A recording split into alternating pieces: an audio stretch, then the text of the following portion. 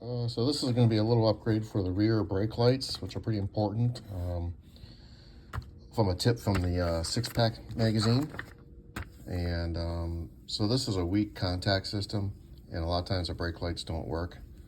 Mine are working fine, but I want to make them more foolproof as I turn my car more into a daily driver, sort of. So what you need is two light sockets, LS6515. It'll look like this. And you need some 3157 bulbs. This is an LL, which stands for long life. You need two of those. I just ordered these online at Napa and drove 5 miles and picked them up. They had everything in stock, so it was pretty easy to do. So next step, we're gonna get a little catch bin, and we're gonna remove this access panel just by removing these screws here, and get this off so we can take a look at the wires. So you'll need to remove your cover with these screws, and you need to remove these two side screws, and then this panel will slip just out like that. Put that to the side. Now you got access to the bulb that we're after. It's going to be this one here in the middle.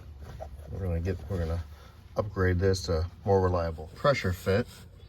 So you're gonna grab it gently and move it like that. You want to do a test fit. Obviously it's a little different configuration. This is smooth with a lip, then there's a little catch at the bottom. You want this to point, in my opinion, straight up and down like this.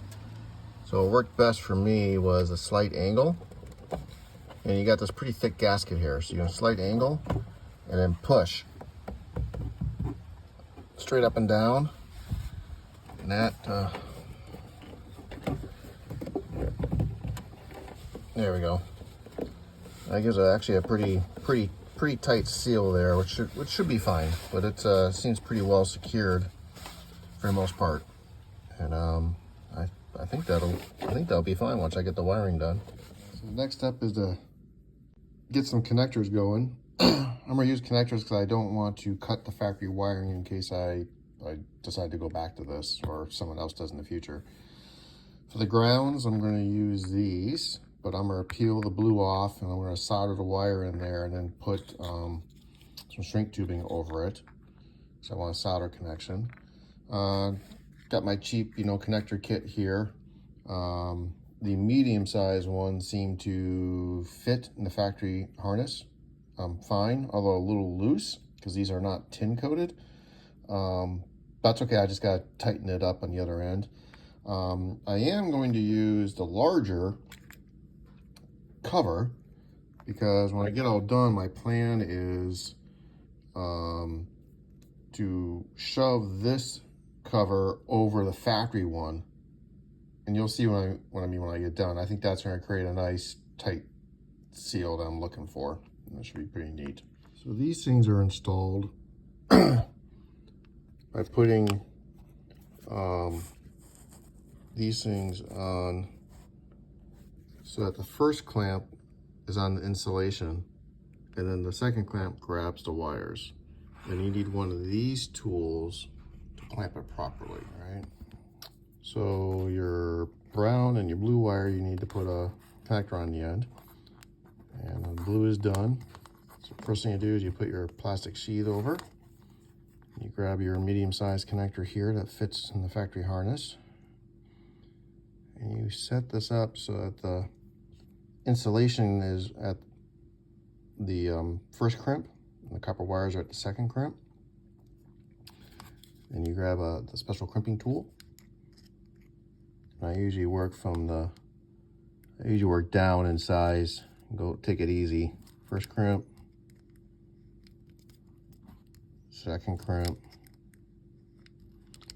and give it a nice tight squeeze on the small one because this is a very small crimp. There we go.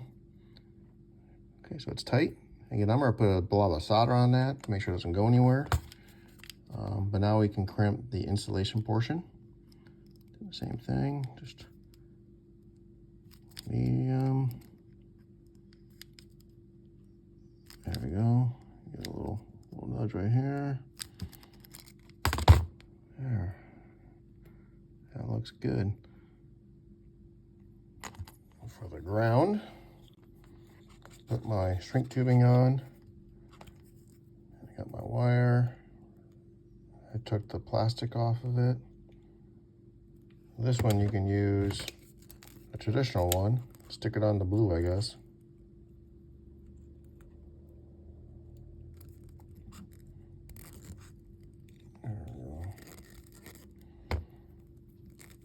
There we go, so it'll work, and again, I'm gonna put some solder on that when I'm all done.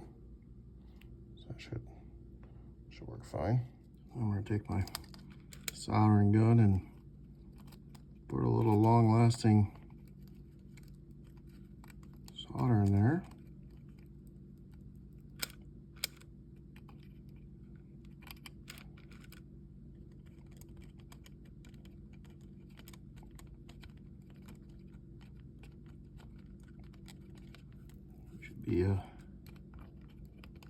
Should be good to go.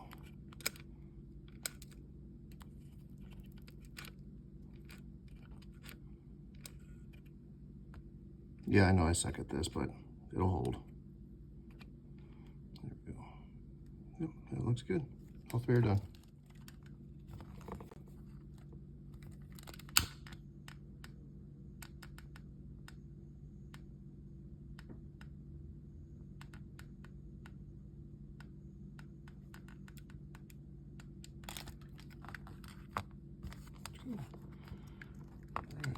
So obviously I'm only doing one side at a time because I don't like the results. I'm gonna return what I haven't used, get my money back. And this is an 8mm. It's the only thing I can find handy, but obviously I'm gonna use this existing for my ground. So you got to get the nut, probably the washer off if you have one there. And got a lock washer here. There we go. I'll probably put on top of that washer. There you go. All right, so that went on well. Probably point this down like this, and then put this on.